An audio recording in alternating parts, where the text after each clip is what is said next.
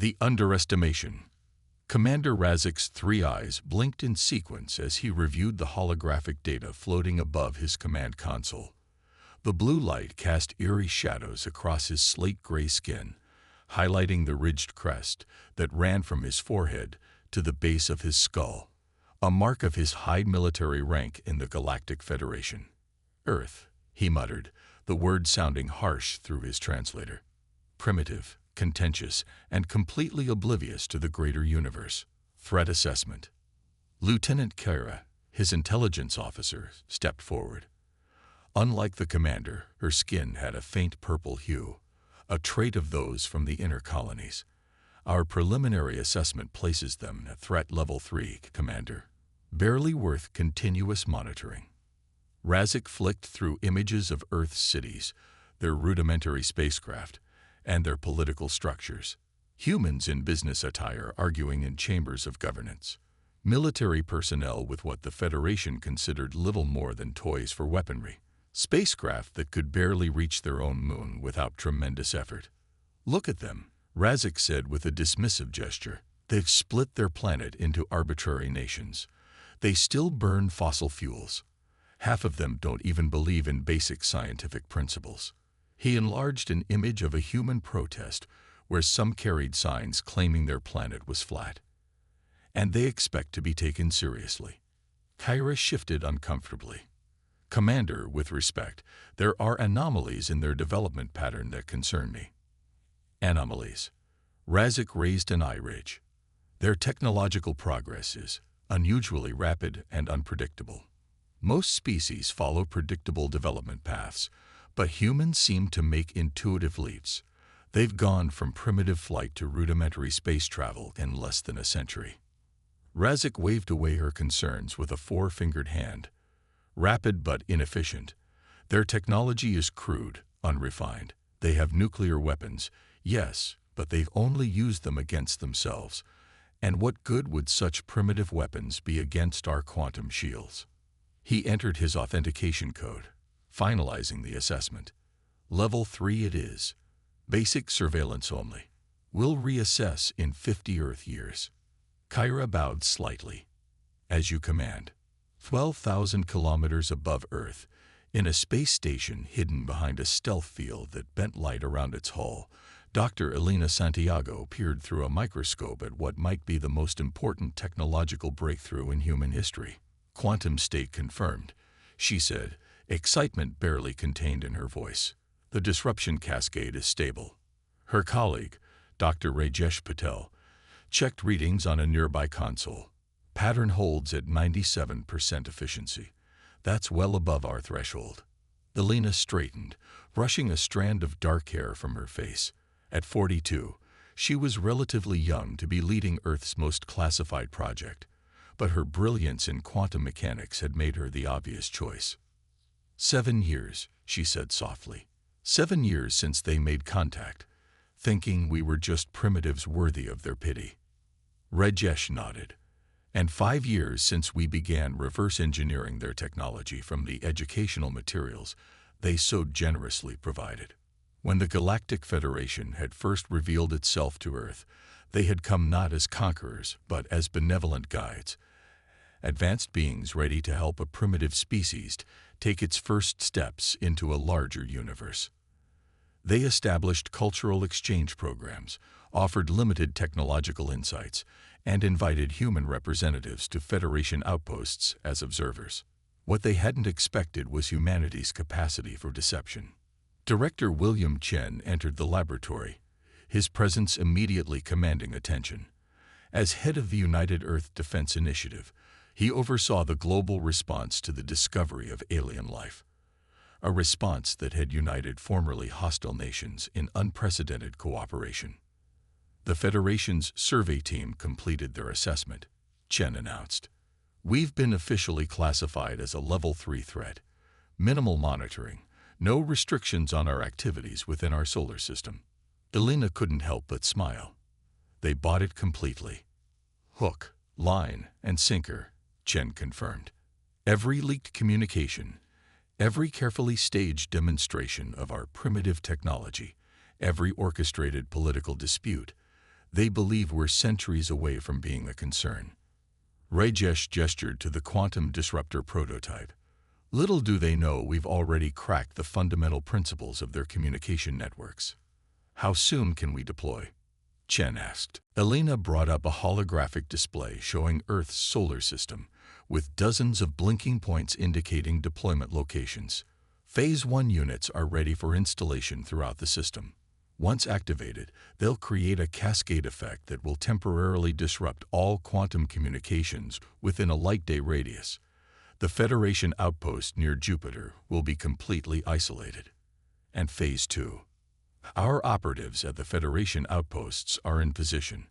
They've been introducing microscopic versions of these disruptors into the Federation's systems for months, disguised as routine upgrades or maintenance.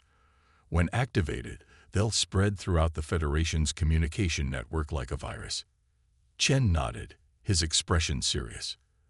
The Security Council has given the green light. We move in 72 hours. At the Federation outpost floating in the space between Jupiter and Saturn, Lieutenant Alex Drake, officially a cultural liaison from Earth, casually made his way through the station's central hub. To the aliens around him, he appeared appropriately awed by their technology, asking naive questions and expressing childlike wonder at capabilities humans supposedly couldn't comprehend. None of them noticed how his eyes catalogued their security measures, how his seemingly innocent questions revealed critical information about their systems, or how the ceremonial pen he carried contained advanced scanning technology. Lieutenant Drake called out a Federation officer named Milt, a being with 6 limbs and iridescent skin. Are you enjoying your tour of our facilities? It's incredible, Drake replied with practiced enthusiasm. The way you harness quantum energy for your communications, we're still figuring out how to make basic quantum computers work reliably on Earth. Milt made a sound that translated as sympathetic amusement.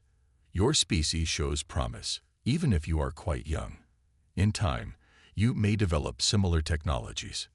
We're very grateful for this opportunity to learn, Drake said humbly. When Milt was called away by a notification, Drake continued his casual exploration of the station. Near a maintenance panel, he paused, seemingly to admire a view of Jupiter through a nearby viewport. No one noticed when he pressed a tiny device against the panel for exactly 3 seconds before moving on. That night, in his private quarters, Drake activated a secure communication device, disguised as a personal entertainment system. Package Alpha deployed. He transmitted in an encrypted burst. Awaiting confirmation. The reply came within seconds. Confirmation received. Packages Beta through Epsilon also deployed. Await activation signal. Drake allowed himself a small smile before destroying all evidence of the communication. 7 years of patience, of playing the role of the naive, grateful primitive, was about to pay off. 3 days later, Commander Razik was preparing to end his shift when alarms blared across the command center of the Federation's regional headquarters. Report, he demanded. A junior officer looked up, confusion evident on his face. Commander, we've lost all communication with Outpost Sigma-7 in the Sol system. A technical malfunction. Unknown, sir. We can't establish any contact, quantum signals, light-speed communications. Nothing. Razik frowned. Send a courier ship to investigate. Within hours, more reports flooded in. 3 more outposts had gone dark. Then 5, then 12. The pattern was clear. Something was spreading outward from the Sol system, disrupting all Federation communications in its path. When the courier ship sent to investigate failed to return or report, Razik summoned Lieutenant Kyra. What's happening? He demanded. Kyra's expression was grim. Commander, I believe we've made a grave error in our assessment of Earth. Impossible. Razik snapped. They're primitives. Sir, review the pattern of outages, Kyra insisted, bringing up a galactic map. They began precisely at Earth's outposts and spread along our quantum communication relays. This isn't natural or accidental. Before Razik could respond, his personal communicator chimed with an emergency signal from Federation High Command. "This is a Level 1 alert to all Federation forces," came the voice of Grand Admiral Voss. "Multiple sectors have gone dark. Communications are failing across the network. All available ships are to return to core worlds immediately to establish defensive perimeters. We are under attack. Repeat, we are under attack." Razik stared at the communicator in disbelief. In the Federation's 10,000-year history, a Level 1 alert had been issued only twice. "From Earth," he whispered, looking at the holographic map where more and more systems were going dark. "How is this possible?" Kyra's eyes reflected the emergency lights flashing throughout the command center. "I warned you, Commander. Humans don't follow predictable patterns." As systems continued to fail across the Federation network, Razik remembered something a human representative had once said during a cultural exchange, something he had dismissed as primitive philosophy. The greatest trick the devil ever pulled was convincing the world he didn't exist. Now, as the darkness spread across the galaxy, he understood the true meaning of those words: the silent revolution. Admiral Vex stood before the assembled Emergency Council of the Galactic Federation, his ceremonial armor, worn only in times of grave crisis, gleaming under the harsh lights of the chamber. The once bustling heart of Federation governance was now operating on emergency power, its quantum communication systems offline, its vast bureaucracy thrown into chaos. In 14 days, Vex announced, his voice echoing in the cavernous space, "We have lost contact with 63% of Federation territories. Our fleets are scattered, operating on outdated protocols, unable to coordinate. And we now know the source." He activated a holographic display showing the Sol system, Earth and its planetary neighbors. "Humans," he said, the word carrying a weight it never had before. "A species we classified as primitive. A Level 3 threat." Murmurs filled the chamber as representatives from dozens of species exchanged worried glances. "How?" demanded Councillor Zyle, the eldest member of the High Council. "How could a species that hasn't even colonized its own system cripple the Federation's quantum network?" Admiral Vex gestured, and the hologram changed to show a microscopic device. "This is what our engineers found embedded in our systems. A quantum disruptor, elegant in design, sophisticated in execution. It spreads through our network like a virus, replicating itself and disrupting quantum entanglement pathways." "But surely this technology is beyond their capabilities," Zyle protested. "It should be," Vex agreed. "Yet our analysis confirms it bears human manufacturing signatures.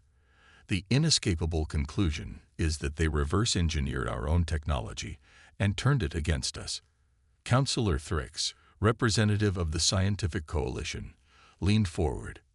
"We've been monitoring them for decades. How did they conceal such advancement?" "Deception," Vex said simply.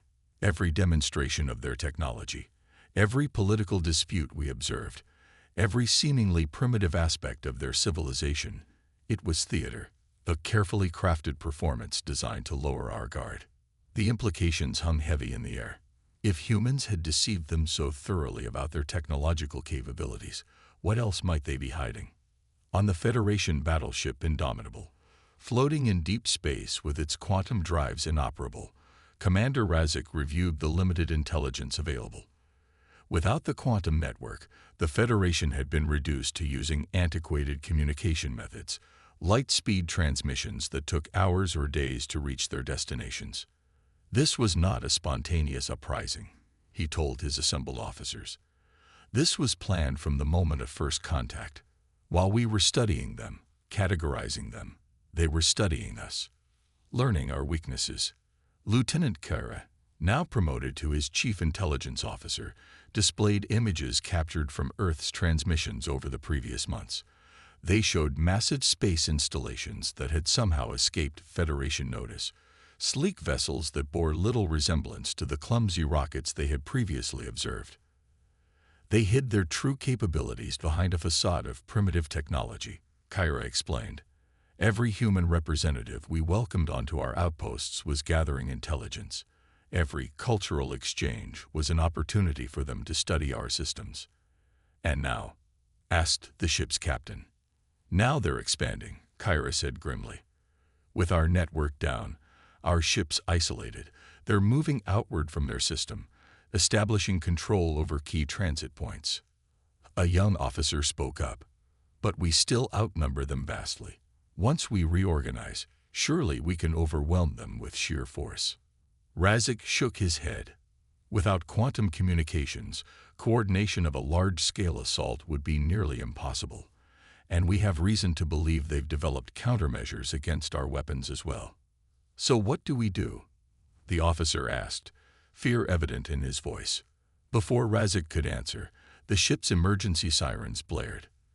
The main view screen activated, showing a fleet of sleek black vessels approaching, human vessels, moving with precision that belied their supposedly primitive origins.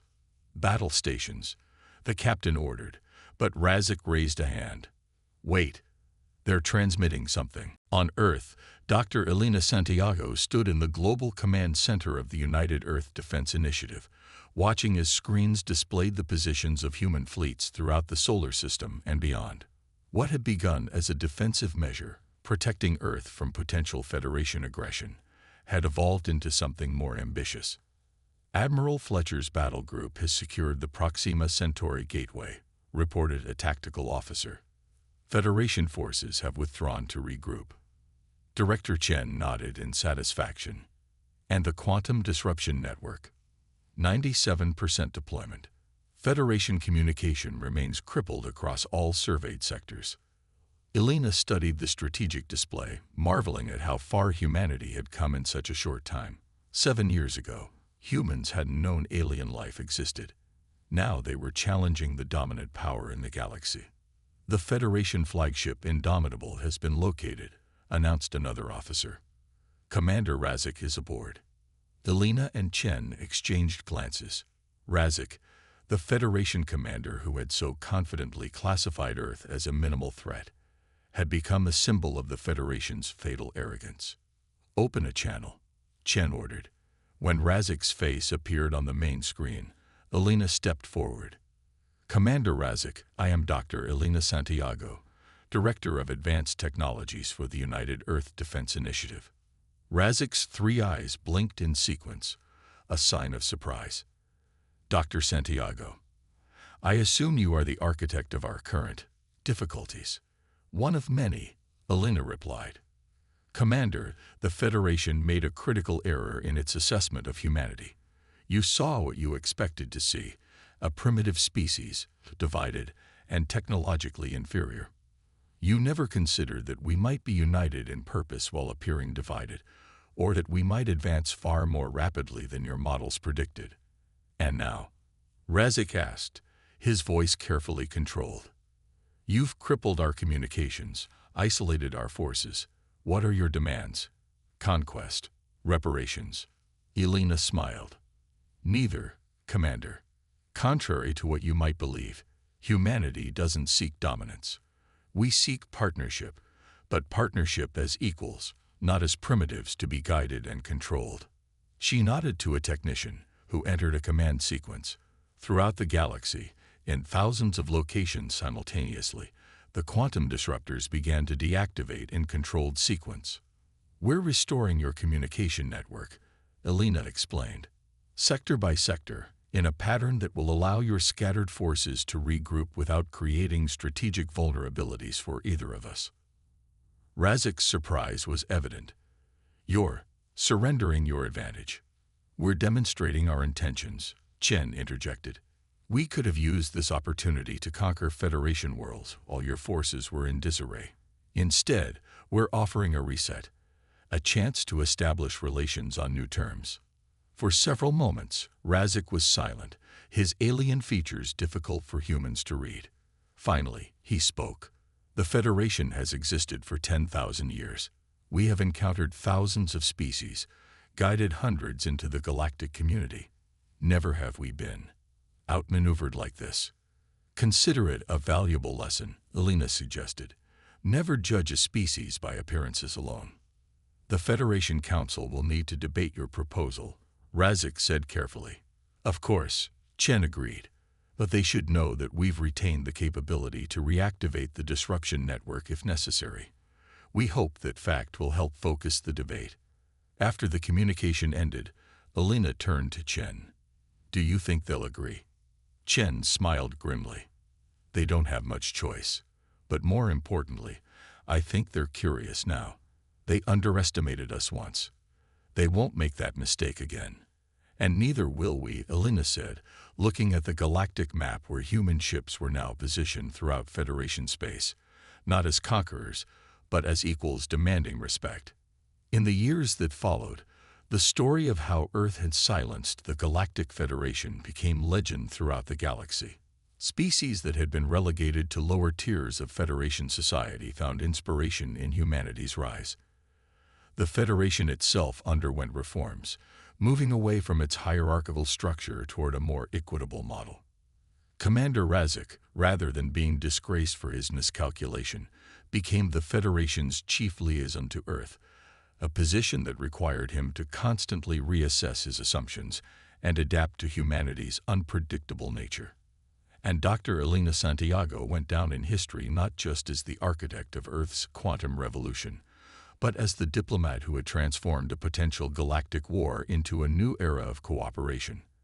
Her famous words to the Federation Council became a principle of interstellar relations.